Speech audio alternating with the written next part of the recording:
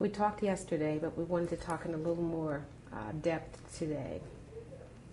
One of the things that I was thinking about is you've been given lemons, but it appears that you're going to make lemonade out of that. Can you talk a little bit about that and how you were able to out of something as ugly as domestic violence, now surge with your own platform on domestic violence? Well, I think that looking at this experience, it has actually broadened my platform.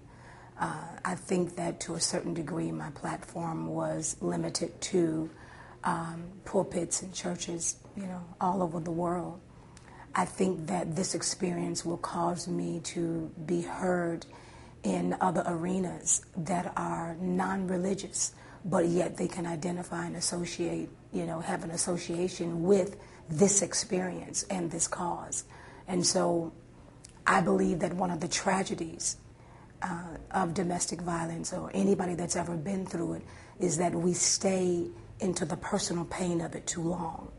And I believe that everything that we go through is for a universal purpose, a worldwide purpose. It's not your own experience, and I think it becomes selfish of us to claim it as my trial, my hurt, my wound. We're wounded and we're hurt so that we can have experiences under our belt, that when another person comes along your pathway, you'll be able to look at them and say, it's okay and it's going to be all right, and they know you mean it because you've also walked through it. Sure.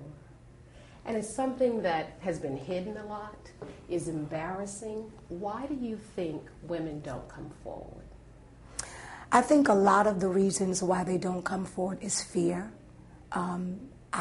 I live on 30 acres. When this experience happened to me, I was able to retreat to my home in Georgia, and I was able to go on the property, and after the security gate closed and all of the above, but yet from that experience, I still felt the fear. And I would walk out of actually my main house onto the grounds of nothing but trees and still jumping.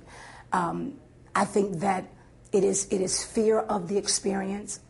I think it is fear that, the person will try to sabotage your name, or, the verbal abuse sometimes is even worse than the physical abuse. And I think behind that, especially if you're a person that carries any kind of credibility, if you work in corporate America, if you're an individual that's an actress, on all of those high profile, as we say, positions, you don't want to say anything. And you say, well, if I do, and then they start mudslinging, then what if?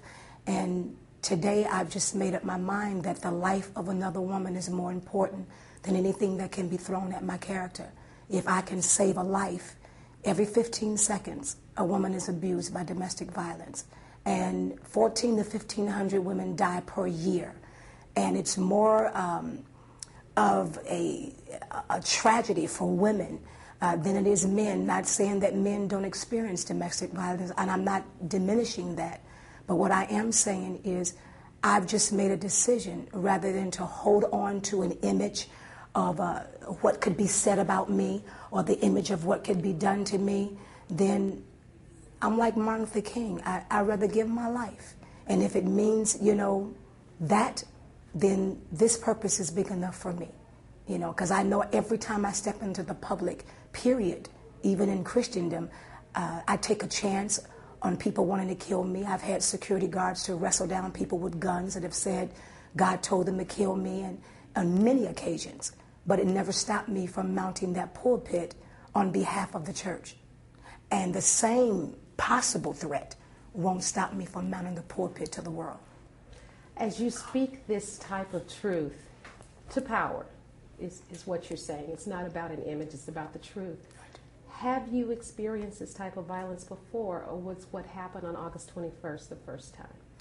No, I've been in other relationships, and I'd rather put it that way, safely. That, the hitting and all of that.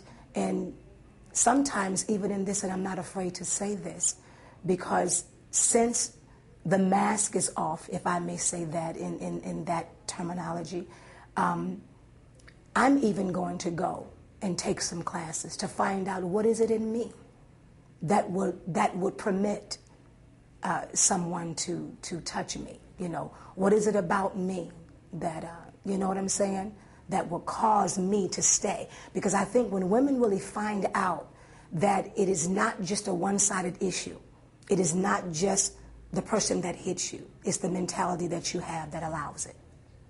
And so I think that there's help needed on both sides. Now, I was speaking of with Bishop Weeks. Was this the first time with Bishop Weeks that the Bible teacher? This was not the first time that we had a physical altercation. It's never been to this degree. Never, you know. Shoving, you know. He's never physically drew a fist back and hit me, you know. But it's been pushing and shoving.